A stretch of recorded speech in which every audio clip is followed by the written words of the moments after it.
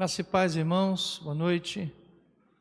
Louvado seja o nome do nosso Deus, por mais uma vez estarmos aqui na presença do Senhor. Vocês aí e nós aqui, com esse tempo aí de pandemia, de afastamento social. Mas enfim, é o que eu tenho sempre dito, a nossa vida em Cristo é espiritual e não pode ser limitada pelas barreiras materiais, pelas barreiras físicas e geográficas.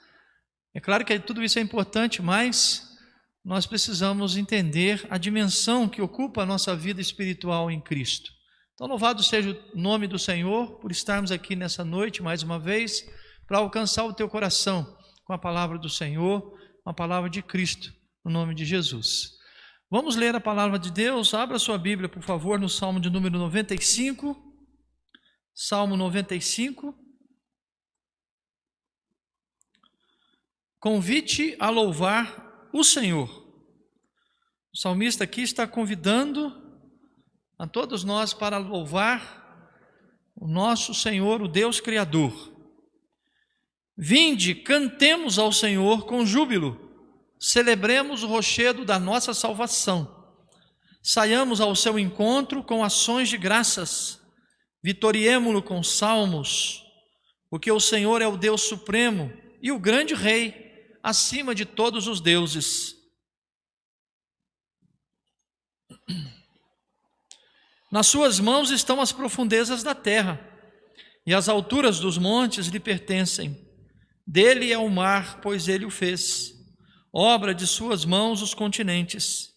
Vinde, adoremos e prostremo-nos, ajoelhemos diante do Senhor que nos criou. Ele é o nosso Deus, e nós, povo do seu pasto, e ovelhas de sua mão. Hoje, se ouvirdes a sua voz, não endureçais o coração como em Meribá, como no dia de Massá, no deserto. Quando vossos pais me tentaram, pondo-me à prova, não obstante terem visto as minhas obras. Durante 40 anos estive desgostado com esta geração, e disse: é povo de coração transviado, não conhece os meus caminhos. Por isso jurei na minha ira, não entrarão no meu descanso. Vinde, cantemos ao Senhor. Vinde, adoremos e prostremo-nos, ajoelhemo-nos diante do Senhor que nos criou. Esse chamado, meus irmãos, ele é feito a toda a humanidade, mas especialmente ao povo escolhido de Deus. Nós fomos escolhidos por Cristo, nós fomos escolhidos dentro da nossa família, dentro da nossa geração, no meio da nossa sociedade. Nós fomos despertados pelo Evangelho, nós fomos transformados pelo Evangelho. E a nossa vida hoje deve ser vivida integralmente na presença do Senhor. Então este convite aqui na palavra de Deus, ele tem todo o significado para nós.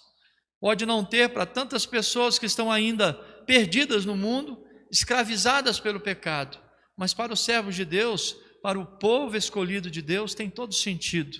E nós nos alegramos, nós vamos sair ao encontro de Deus com ações de graças, nós vamos cantar louvores com salmos, porque o Senhor é o Deus supremo, diz o salmista aí no versículo 3, e o grande Rei acima de todos os deuses. O mundo criou deuses, outros deuses, não existem na verdade outros deuses, existe um Deus apenas. Mas a linguagem aqui é para ficar bem clara na mente, especialmente do povo de Deus, que o Senhor é Deus acima de todos os deuses, e Ele merece toda a nossa adoração, todo o nosso louvor. E assim nós vamos fazer. Nós vamos cantar o hino 28 do nosso inário, e vamos falar das obras de Deus, vamos cantar esse louvor maravilhoso, que mostra a coroação através da natureza criada por Deus, a coroação da natureza ao Deus Todo-Poderoso, ao Senhor de toda a honra e toda a glória.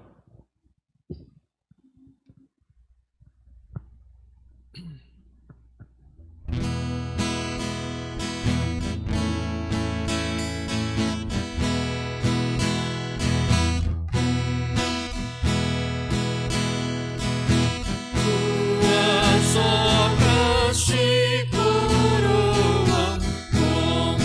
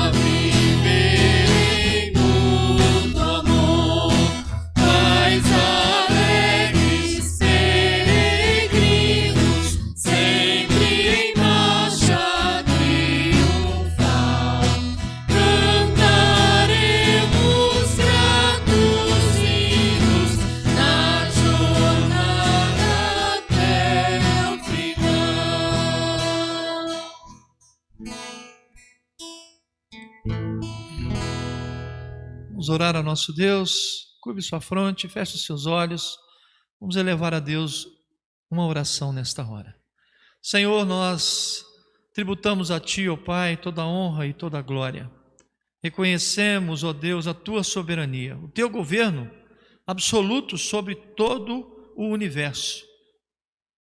Admitimos, ó Pai, o Teu governo soberano sobre este mundo, sobre nossas vidas. E nesta hora, como povo Teu, como povo escolhido pelo Senhor, nós queremos ministrar na Tua presença.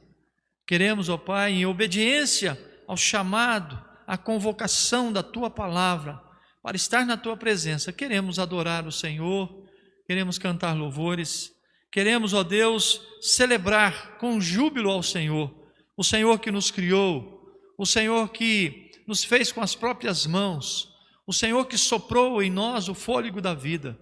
E se estamos vivos nesse exato momento, é porque, ó Pai, o Senhor permite, conforme, ó Pai, o Teu conselho eterno.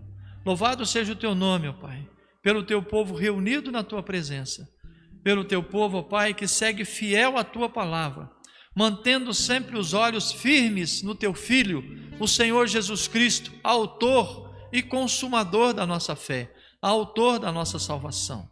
Ó Deus, louvado seja o Teu nome. Aceita a nossa gratidão nesta noite por estarmos aqui diante do Senhor na Tua presença. Sê conosco, ó Pai, sê com a Tua igreja, e que todos nós possamos, Senhor, estar bendizendo, exaltando, glorificando, e assim, ó Pai, meditando na Tua palavra, aprendendo mais e mais dos Teus ricos e poderosos ensinamentos. Aceita, Senhor, a nossa adoração e louvor, pois assim o fazemos no nome de Jesus. Amém e amém. Muito bem, irmãos, vamos ler na carta do apóstolo Paulo aos Gálatas, Gálatas capítulo 5.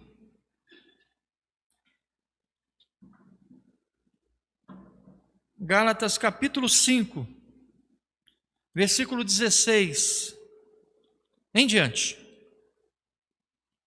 Digo, porém, andai no Espírito, e jamais satisfareis a concupiscência da carne, porque a carne milita contra o Espírito, e o Espírito contra a carne, porque são opostos entre si, para que não façais o que porventura seja do vosso querer.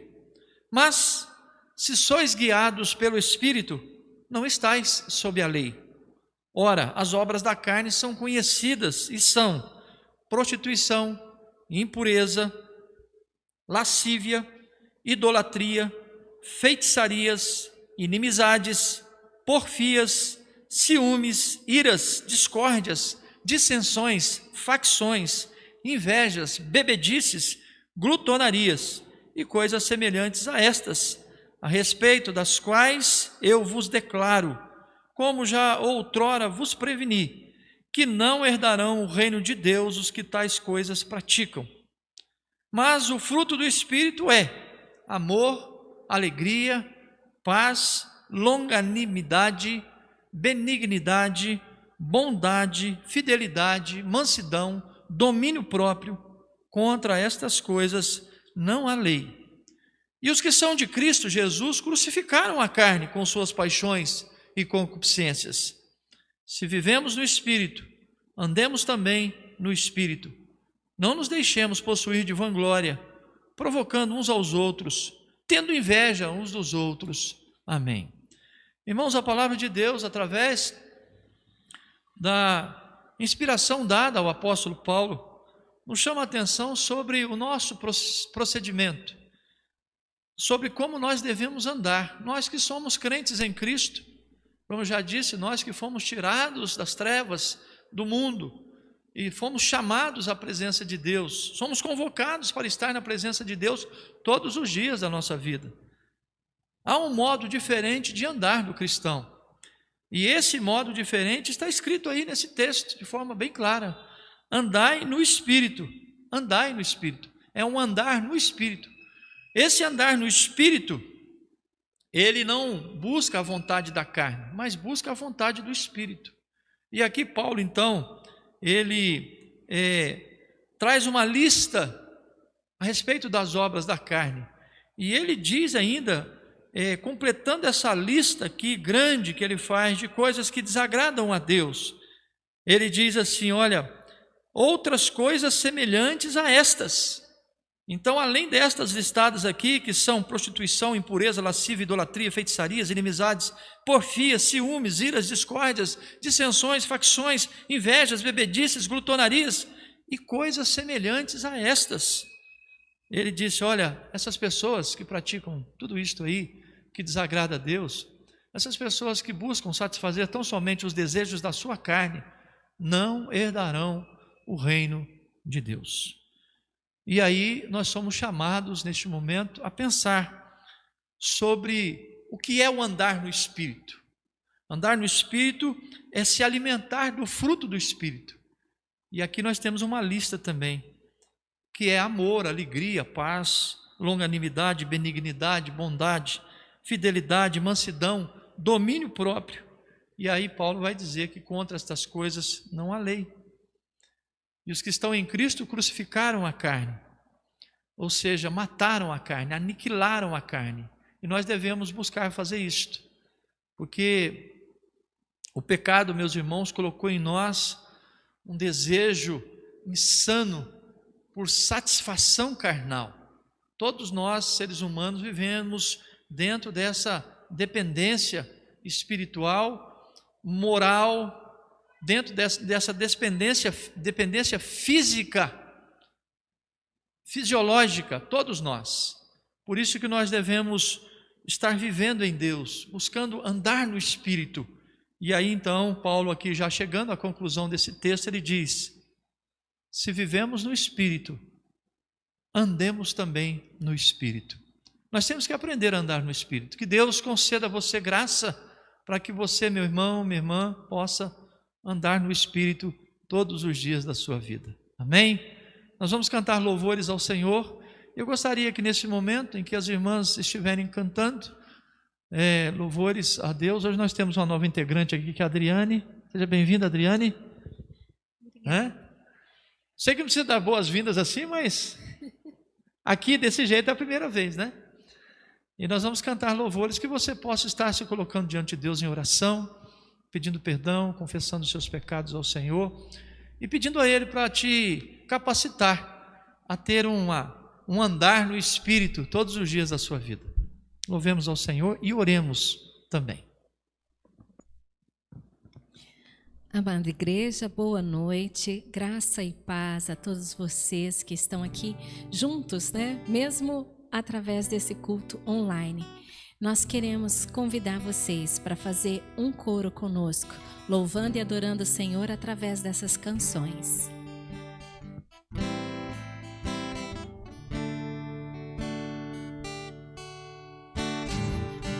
Senhor, minha vida oferecer uma oferta de amor e sacrifício.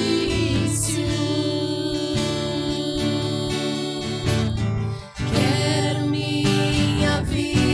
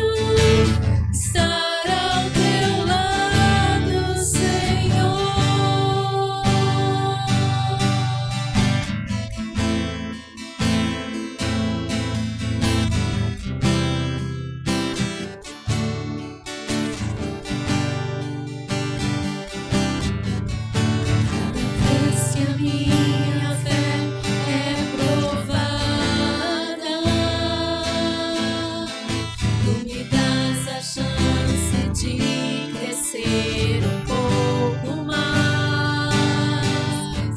As montanhas e vales, desertos e mares que atravesso me levam pra perto de ti.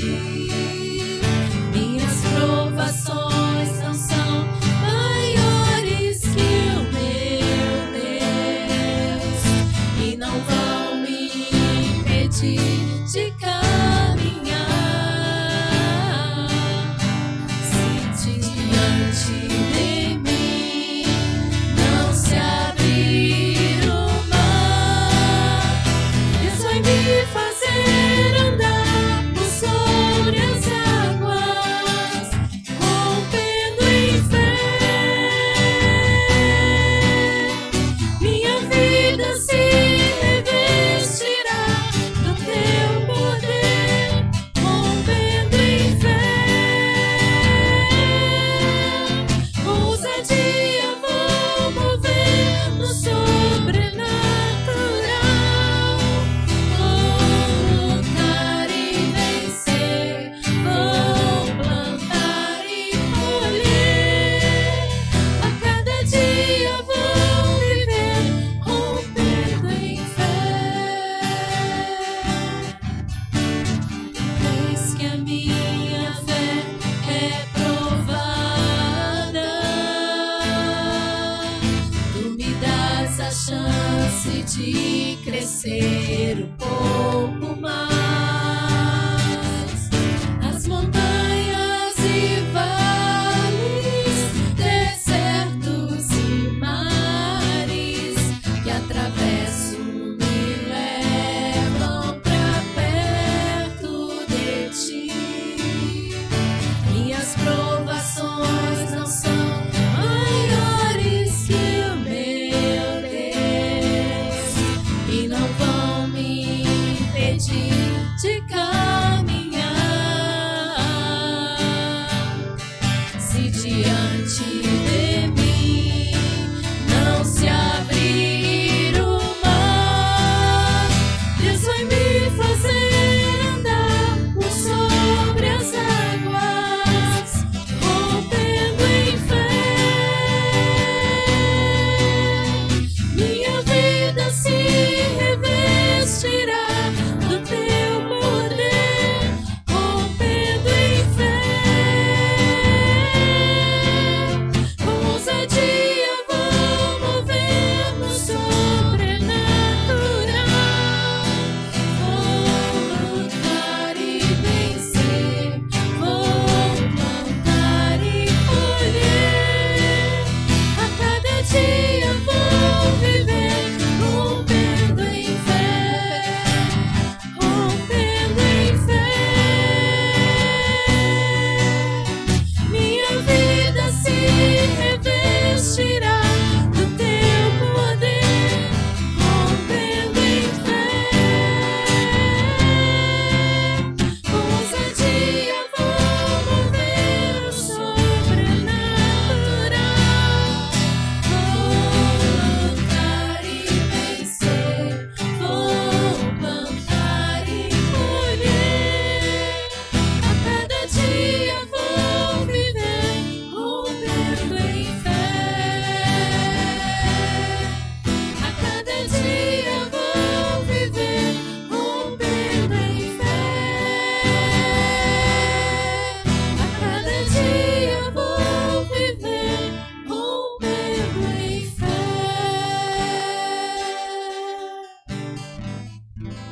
Senhor Deus e Pai, neste momento, Senhor, estamos diante da Tua presença, Pai.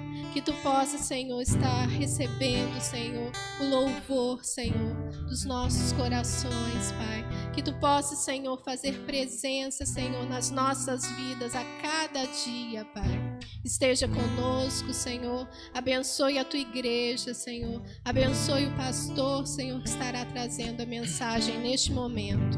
É em nome de Jesus que nós oramos. Amém.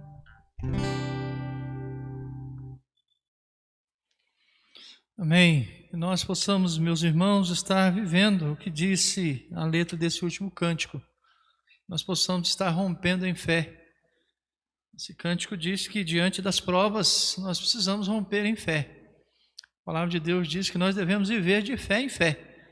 E Deus nos ajude a viver dessa forma no nome de Jesus. Nós vamos ter um momento de intercessão, de gratidão a Deus por meio de uma oração. Nós vamos falar com o Senhor neste momento. Eu queria que você orasse comigo aí onde você se encontra. Vamos orar? Senhor, queremos neste instante elevar a Ti o nosso pensamento, mais uma vez, por meio desta oração, destas palavras. Queremos, ó Deus, pedir o Teu favor sobre nossas vidas. Precisamos, ó Pai, que a cada dia o Senhor nos sustente, nos ajude na caminhada, que muitas e muitas vezes, ó Pai, é tão difícil. Abençoa-nos, Senhor. Abençoa-nos na nossa vida pessoal, interpessoal. Abençoa, Senhor, o nosso convívio com o nosso próximo a cada dia. Abençoa, Senhor, nós imploramos nesta hora o Teu favor para a nossa cidade, para a nossa nação, Brasil, para todas as nações do mundo, ó Pai. Pedimos que o Senhor volte o Teu olhar soberano de graça e atenda, Senhor, a necessidade da humanidade de cura, de restauração. Ó Deus, há muitas pessoas enfermas. De fato, este é um mundo de aflições. Há muitas pessoas doentes, ó Pai, padecendo dores terríveis, com o corpo atingido por inúmeras enfermidades. Ó Deus, nós clamamos que o Senhor esteja abençoando, ó Pai, nesta hora, os doentes nos hospitais. Ó Deus querido, pedimos também nesta hora que o Senhor abençoe os nossos missionários, todos eles espalhados, ó Pai, por este mundo, anunciando o Teu Evangelho. Abençoa, Senhor, esses irmãos e irmãs, juntamente com suas famílias. Guarda estas vidas, Senhor, a cada dia e sustenta-os debaixo da Tua graça e proteção. Ó Deus, seja com a nossa igreja, guarda os Teus servos que congregam neste lugar. Ó Pai, os membros desta igreja, abençoa, Senhor, a liderança da igreja. Proteja, Senhor, os Teus servos, proteja os pequeninos, os adolescentes, os jovens, os adultos, os idosos. Visita, Senhor, o Teu povo e não permita que o Teu povo, ó Pai, desanime diante dessas dificuldades que temos vivido. Pelo contrário, que nós possamos nos animar em Ti, possamos estar firmes, ó Deus, nas Suas promessas, firmes na Tua palavra. Abençoa a Tua igreja, Senhor. Assim oramos no nome de Jesus. E agora que vamos ler a Tua palavra e meditar nela, pedimos o Teu favor. Que o Senhor nos ajude iluminando a nossa mente, capacitando-nos a compreender o Teu ensino. Pedimos ainda pelos dizimistas, ofertantes, que esses irmãos sejam abençoados e que eles continuem firmes no compromisso de manter a obra do Senhor neste lugar. No nome de Jesus, ó Pai, assim oramos e agradecemos hoje e sempre. Amém e amém. Você que é membro da igreja, né, você sabe como proceder durante essa quarentena em relação aos dízimos e ofertas. Podem ser depositados na conta bancária da igreja ou trazidos aqui na secretaria da igreja, e esses valores serão colocados no gasofilácio e serão depois depositados na conta da igreja. E você que tem contribuído com o CASIP, você pode também estar fazendo sua oferta através dos envelopes que tem aqui na igreja, trazendo na secretaria, fazendo o depósito, desde que você identifique, para que seja separado adequadamente. E você pode também usar o QR Code que aparece aí na sua tela, apontando o celular para esse símbolo aí, e assim então remeter a sua oferta para uso exclusivo do CASIP.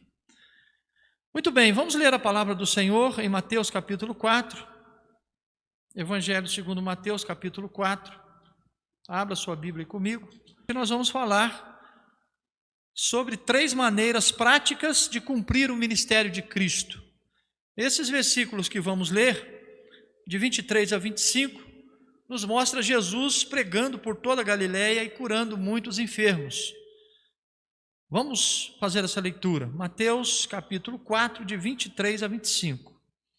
Percorria Jesus toda a Galileia, ensinando nas sinagogas, pregando o evangelho do reino e curando toda sorte de doenças e enfermidades entre o povo. E a sua fama correu por toda a Síria. Trouxeram-lhe então todos os doentes, acometidos de várias enfermidades e tormentos, endemoniados, lunáticos e paralíticos, e ele os curou.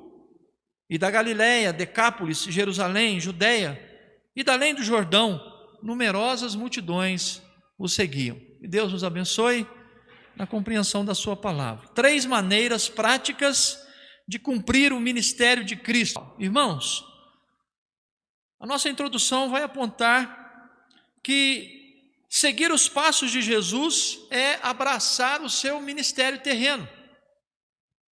Seguir os passos de Jesus é abraçar seu ministério terreno. Jesus aqui, ele volta do deserto, depois de ter sido tentado ali pelo diabo, naqueles 40 dias em que ele ficou de jejum, orando, num momento ali de solitude no deserto, na presença do Pai. Jesus então ele volta e recebe a notícia que João Batista fora preso por Herodes, e aí ele toma uma atitude, ele vai para a Galiléia, indo então morar em Cafarnaum. Isso fez Jesus, irmãos, para confirmar uma profecia a seu respeito, e o texto vai dar conta disto, uma profecia de Isaías 9, versículos 1 e 2, que vai dizer assim: terra de Zebulon, terra de Naftali, caminho do mar, além do Jordão, Galiléia dos gentios, o povo que jazia em trevas viu grande luz, e aos que viviam na região e sombra da morte resplandeceu-lhes a luz. Jesus ele inicia o seu ministério tendo uma mensagem de Deus para os homens. Ele inicia seu ministério dizendo: arrependei-vos, porque está próximo o reino dos céus. Jesus ele segue a mesma tônica da mensagem de João Batista, que pregava exatamente isto: arrependei-vos, porque está próximo o reino dos céus. E lá à beira-mar, Jesus começa a formar seu colégio apostólico. Nós temos aqui a vocação dos discípulos, dos versículos 18 a 22. E ele chama 4 de seus discípulos ali à beira-mar, os irmãos Pedro e André, que estavam lançando as redes no mar. E Jesus então os chama dizendo assim: vinde após mim, e eu vos farei pescadores de homens. E os irmãos Tiago e João, que diz o texto que eles consertavam as suas redes ali juntamente com o Pai. É interessante, irmãos, olhar o chamado desses primeiros discípulos aqui. O que torna o chamado destes homens especial é o fato de que, ao ouvirem o chamado de Jesus, imediatamente, diz o texto, no mesmo instante, eles deixaram o que estavam fazendo e o seguiram. Quando eu li essa palavra, me veio uma pergunta ao coração: quem faria tal coisa se não fosse de fato uma ação de Deus, do Espírito Santo nesses corações? Quem teria essa atitude? Quem deixaria tudo imediatamente, deixaria no mesmo instante em que foram ditas essas palavras e seguiria aparentemente estranho até aquele momento, que era o Senhor Jesus? Somente a ação do Espírito Santo pode mover o homem dessa forma. E é por isso então, irmãos, que nós entendemos que o chamado de Deus, ele é irresistível. Quando Deus chama alguém para uma tarefa específica, para qualquer tarefa, na verdade, não há como fugir, não há como resistir. E a vida desses homens nunca mais foi a mesma depois deste momento, desse chamado do Senhor. Nunca mais eles lançaram redes para ganhar o pão de cada dia. Nunca mais eles consertaram redes com seus familiares. E lá, depois que Jesus morre na cruz e ressuscita, Pedro e alguns desses discípulos ainda tentam voltar a essa antiga tarefa de pescar, mas Jesus lhes aparece e, de certa forma, lá no finalzinho do Evangelho de João, a gente vê essa cena, Jesus os censura inclusive a Pedro, indagando de Pedro se de fato ele o amava. E se ele o amava, então que ele apacentasse os seus cordeiros. Em outras palavras, que ele deixasse de fazer aquilo que estava fazendo e fosse então ser de fato um pescador de homens. Os versículos de 23 a 25, irmãos, que lemos aqui, nos mostram a base do ministério de Cristo. Nos diz como deve ser o ministério da igreja do Senhor. Diz assim o texto que percorria Jesus toda a Galileia. E ele fazia o quê quando ele percorria toda a Galileia? Ele pregava o evangelho, ele ensinava nas sinagogas, ele percorria toda a Galileia, ensinando nas sinagogas, pregando o evangelho do reino e curando toda a sorte de doenças e enfermidades entre o povo.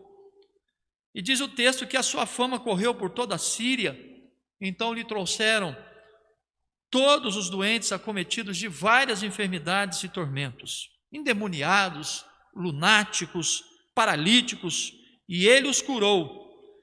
E da Galiléia, Decápolis, Jerusalém, Judéia e da além do Jordão, numerosas multidões o seguiam.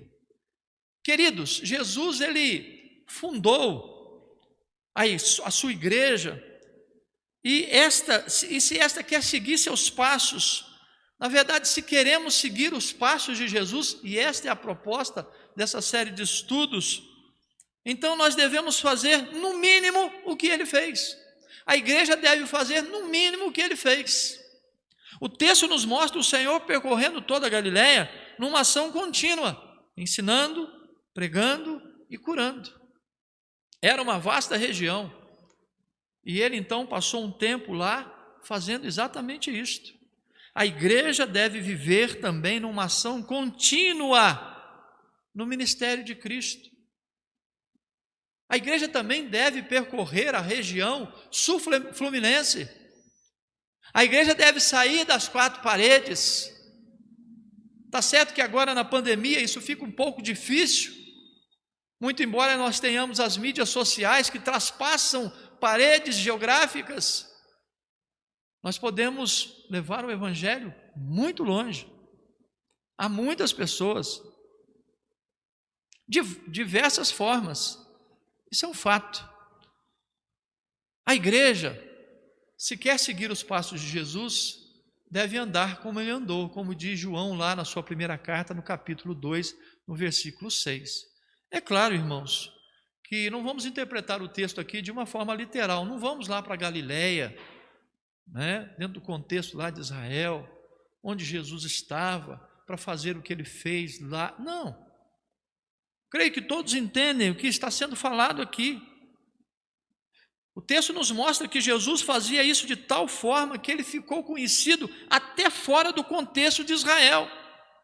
O texto aqui nos diz que a sua fama correu por toda a Síria.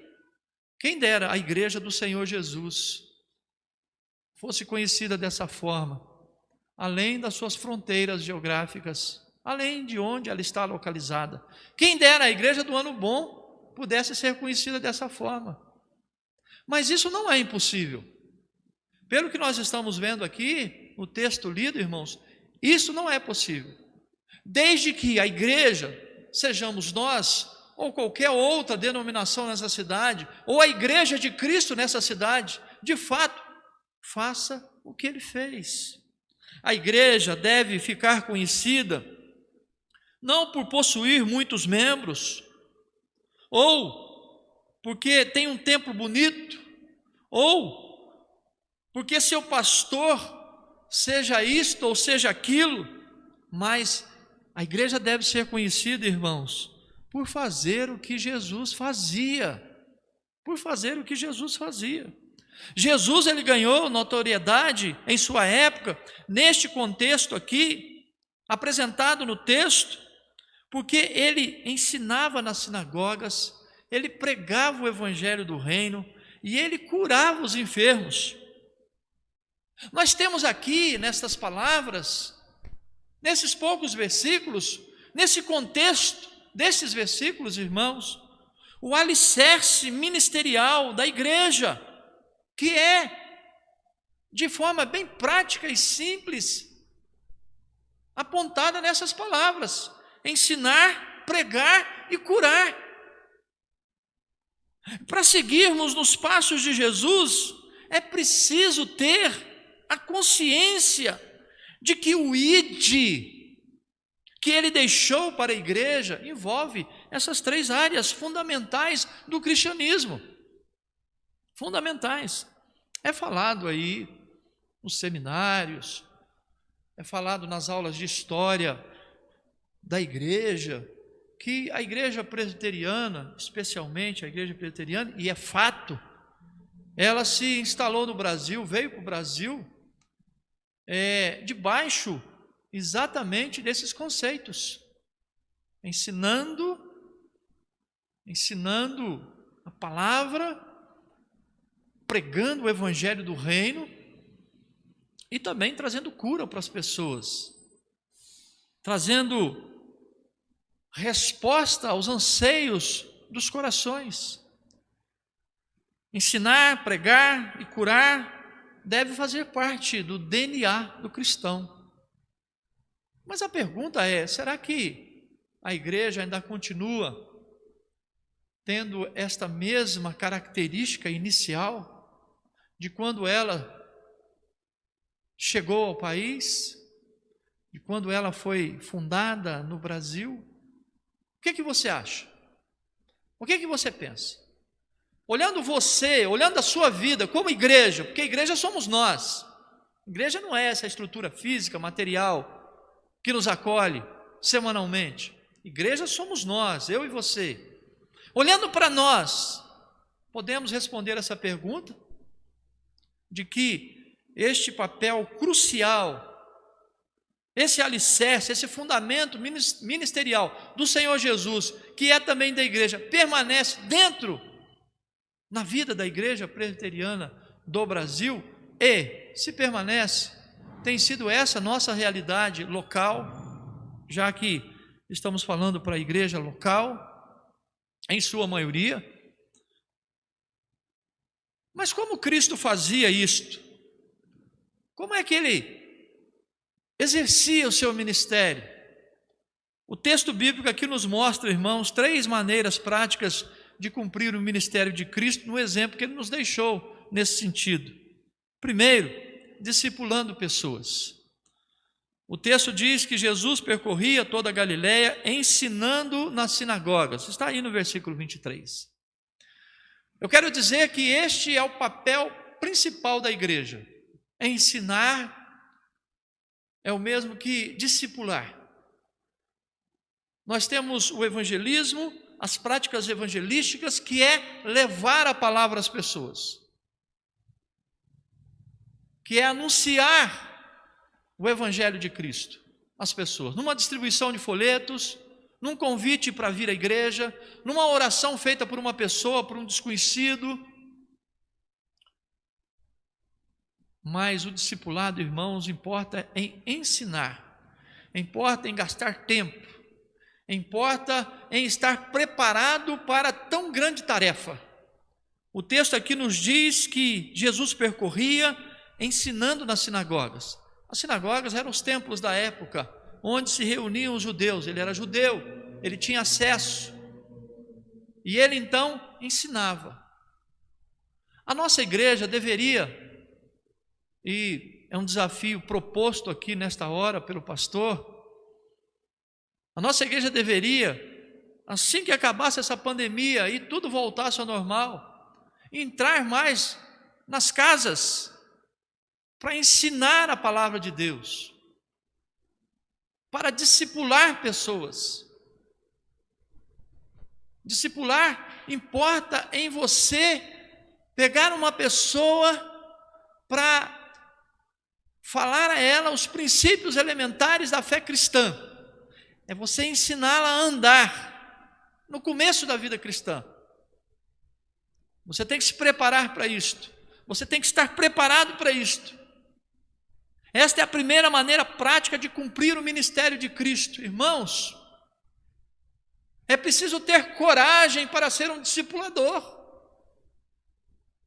É preciso ter dedicação, é preciso ter amor pela obra. Isso não é tarefa para qualquer um. porque é preciso ter muita dedicação mesmo, para deixar as suas tarefas, para deixar os seus afazeres, para deixar a sua zona de conforto, para alcançar uma alma, para dilapidar uma alma, para preparar uma alma, para apresentar o Evangelho para ela de forma bem pessoal, íntima, para se tornar amigo desta pessoa. Isso requer tempo, dedicação, isso que requer preparo do discipulador. A palavra discípulo significa aluno. E a minha pergunta para você, meu irmão, minha irmã: você já discipulou alguém? Você já estudou a palavra de Deus com alguém? Baseado naquilo que você sabe, naquilo que você conhece? Este era o ministério do Senhor Jesus, e Ele fez isso não só aqui nesse primeiro momento da sua vida ministerial, não, Ele fez isso durante toda a sua vida. Ele percorria as sinagogas, Ele percorria as casas, Ele ensinava na praça, Ele ensinava no chão. Aonde Ele estava ensinando. E esse deve ser um ministério da igreja. Eu e você, eu estava vindo para cá e estava pensando, durante esses anos, quanto conhecimento eu obtive, lendo, estudando, fazendo cursos. E a Bíblia diz assim: de graça recebestes, de graça dai.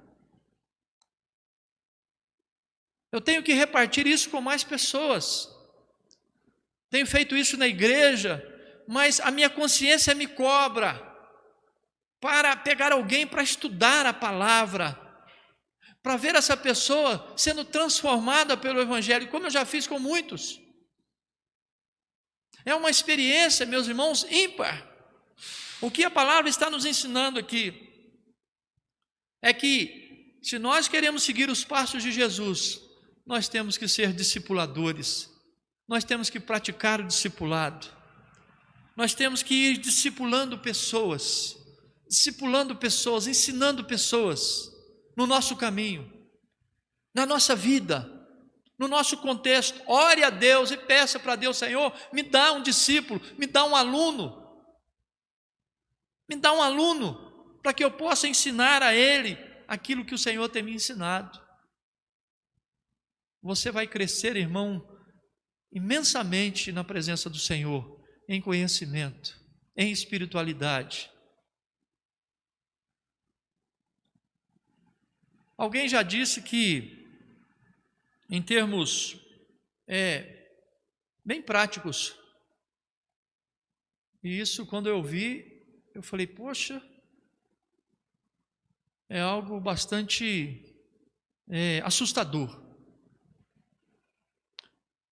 Alguém já disse que, se fosse para a Igreja Presbiteriana do Brasil continuar existindo tão somente pela evangelização e discipulado, ela deixaria de existir.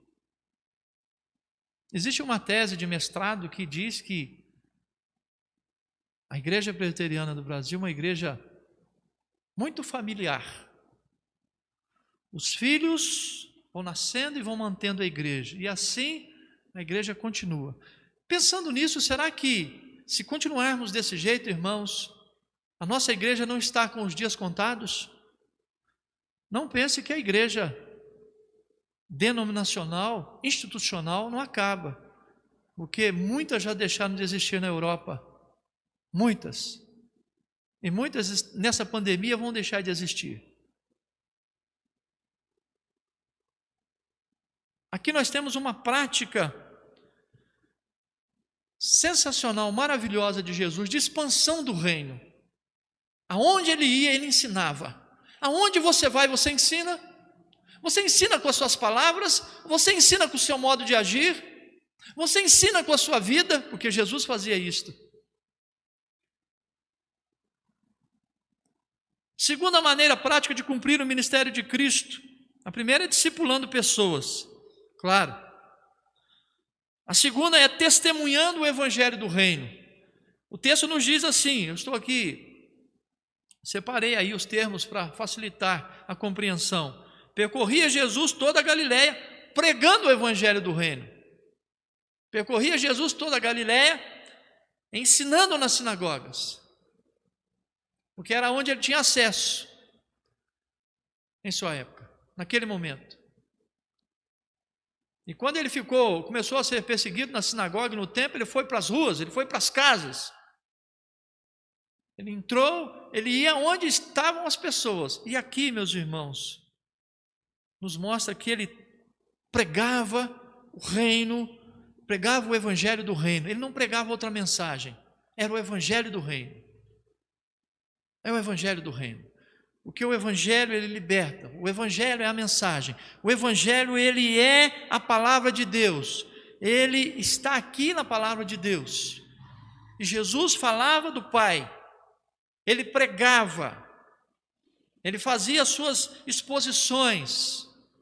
Ele falava, interpretava a palavra de Deus para as pessoas. Ele traduzia a mensagem de Deus para o coração das pessoas. Sabe, meu irmão, as pessoas sem Deus têm a maior dificuldade de entender a palavra de Deus. Eu já ouvi muito isso.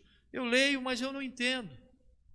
Eu não consigo entender o que eu estou lendo. Parece o caso daquele etíope que Filipe evangelizou lá, descrito no livro de Atos, ali no capítulo 8. Quando então ele acompanha o carro daquele etíope, da rainha Candace lá da Etiópia, eunuco da rainha Candace da Etiópia, e aí então ele pergunta para aquele homem: você entende o que está lendo? Ele disse: como eu posso entender se não há quem me ensine, se não há quem me explique?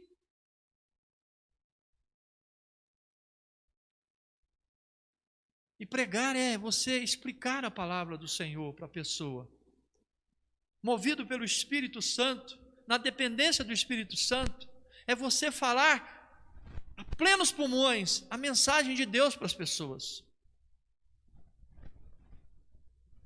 Meus irmãos, eu sou de uma geração que pregava nas ruas. Eu preguei nas ruas, com microfone e caixa de som. Hoje é dito que se for fazer isso, as pessoas vão achar que você é maluco.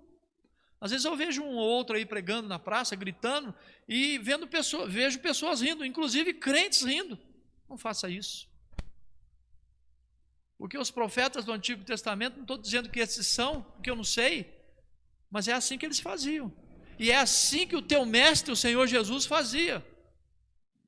Nas praças, nas ruas, nas casas, nos quintais, na sinagoga, no templo, ele pregava o evangelho do reino. O que a igreja tem que aprender a fazer é pregar o evangelho. O evangelho, meus irmãos, é a mensagem central da palavra de Deus. O evangelho é Jesus. Jesus é o evangelho. Apresente Jesus para as pessoas. Fale do que ele fez, do que ele faz e do que ele irá fazer. Fale de Jesus para a sua família, fale para o seu vizinho, fale para o seu amigo, leve o evangelho às pessoas. Era isso que Cristo fazia. Lembra da conversa dele com a mulher samaritana no poço de Jacó? Ele chega para a mulher samaritana e pede água àquela mulher, e ela se assusta, porque os judeus não se davam com os samaritanos, uma questão histórica. E ela pergunta: como, sendo tu judeu, pedes a mim, que sou samaritana, água para beber? E Jesus diz: se você soubesse quem é que está te pedindo água, você pediria, e eu te daria a água da vida. Jesus é a mensagem, Ele é a água da vida, não há outra mensagem. Tem muita gente aí pregando o pastor, pregando a igreja, pregando um falso evangelho. O evangelho liberta, porque o evangelho é Jesus. Leia Romanos e você vai entender o que eu estou falando, porque Paulo, escrevendo a sua carta aos Romanos, ele apresenta ali no primeiro capítulo exatamente isto, que o evangelho é Jesus e Jesus é o evangelho, e ele é o poder de Deus para mudar a vida de qualquer pessoa. A igreja, eu e você, somos seguidores de Cristo e devemos andar nos passos de Jesus. Para isso, irmãos, nós precisamos testemunhar o Evangelho. Testemunhar é falar, é pregar o Evangelho do reino. E o Evangelho do reino, ele é maravilhoso, ele salta aos olhos, ele é bendito, ele é eterno, ele é o Senhor de todas as coisas, ele é Jesus Cristo. Fale de Jesus, meu irmão, minha irmã. Não tem segredo. A igreja tem que pregar o Evangelho e parar de ficar se escondendo dentro de quatro paredes. Eu e você temos que pregar o Evangelho, gastar as nossas forças, porque nós fomos chamados para isto.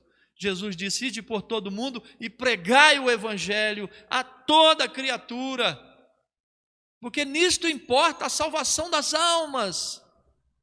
E nós temos que pregar mais, irmãos. Use o seu celular para isto. Mande mensagens para as pessoas falando do amor de Deus, para os seus amigos, para os seus conhecidos, para os desconhecidos. Seja ousado. A palavra diz que o perfeito amor lança fora o medo. Quando você está cheio do amor de Deus no seu coração, você não tem medo de nada. Você é ousado. Você desafia os poderes das trevas, do inferno, do mundo, de Satanás, por causa do amor de Deus, pela pregação do Evangelho. Terceira maneira prática de cumprir o ministério de Cristo está aí nos versículos 23 e 24. Percorria Jesus toda a Galileia, curando toda sorte de doenças e enfermidades entre o povo. Doenças e enfermidades. Esses termos me chamaram a atenção. Qual a diferença? Alguém poderia dizer, e é dito, que são a mesma coisa. No entanto, não são. A doença, muito mais que o significado da palavra, importa, queridos, numa anomalia real sobre os órgãos do corpo, de qualquer pessoa, identificada mediante exame de um especialista ou não. Já a enfermidade seriam conceitos adquiridos para explicar essa anomalia e disfunção do corpo. Eu achei curiosa essa distinção entre as duas palavras. Na verdade,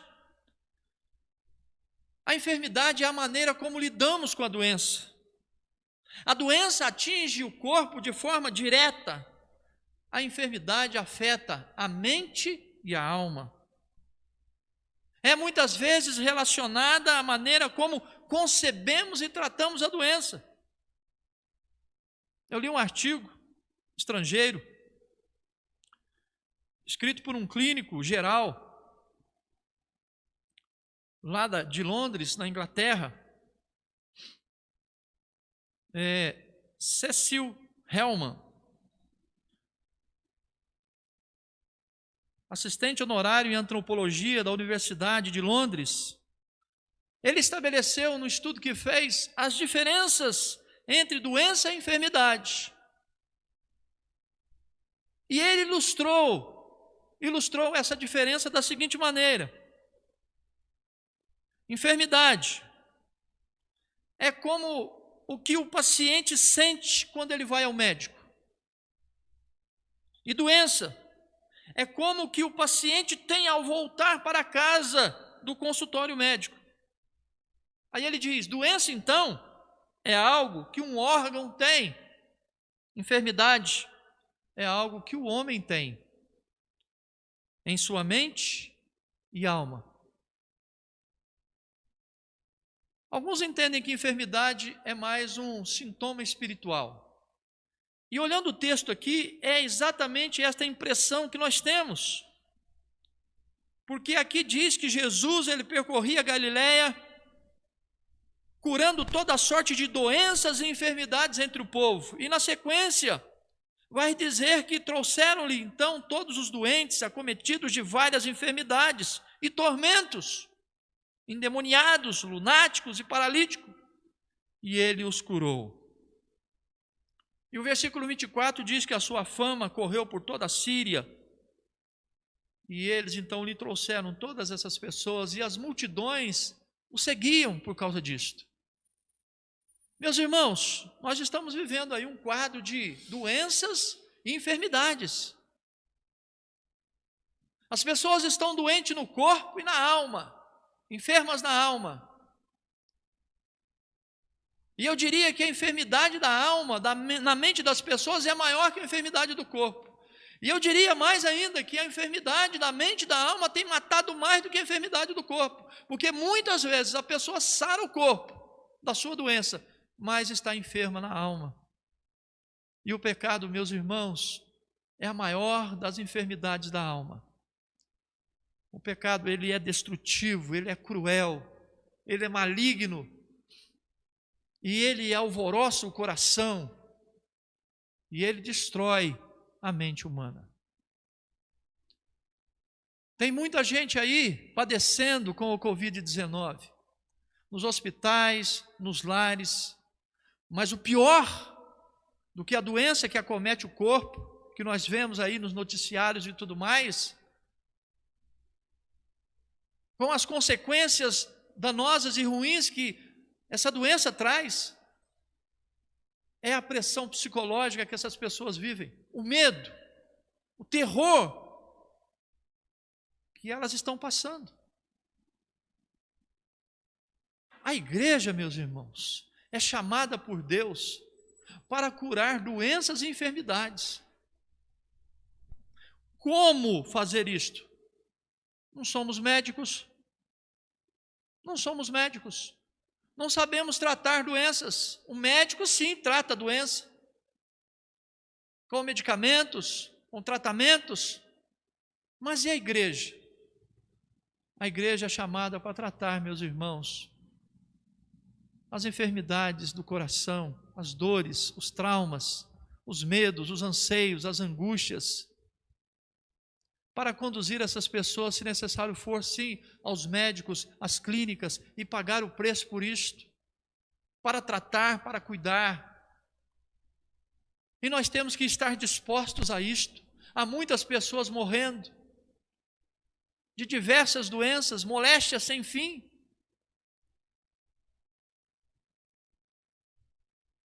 E o que a igreja tem feito?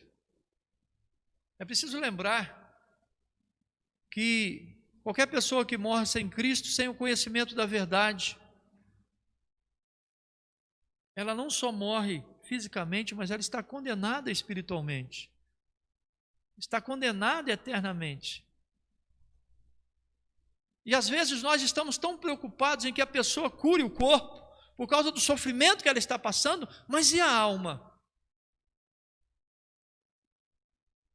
Ela está enferma na alma, ela está enferma na sua mente. Para cumprir o chamado de Cristo, o ministério de Cristo, para seguir os passos de Jesus, nós temos que aprender a lidar com essas situações, irmãos. Jesus percorria toda a Galileia, curando toda a sorte de doenças e enfermidades entre o povo. Estava ouvindo hoje o reverendo Hernandes Dias Lopes, nesse curso que ele deu sobre pregação expositiva, revendo algumas coisas que já tinha ouvido, e ele citou o fato da cura do leproso, numa da mensagem que ele deu como exemplo, e que o leproso chega para Jesus e diz assim,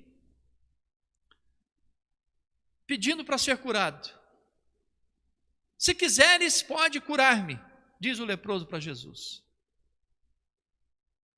E o texto diz que Jesus tocou no leproso. Mas aí o reverendo Hernandes disse algo curioso, e o texto expõe no grego, que esse toque de Jesus, na verdade, foi um abraço.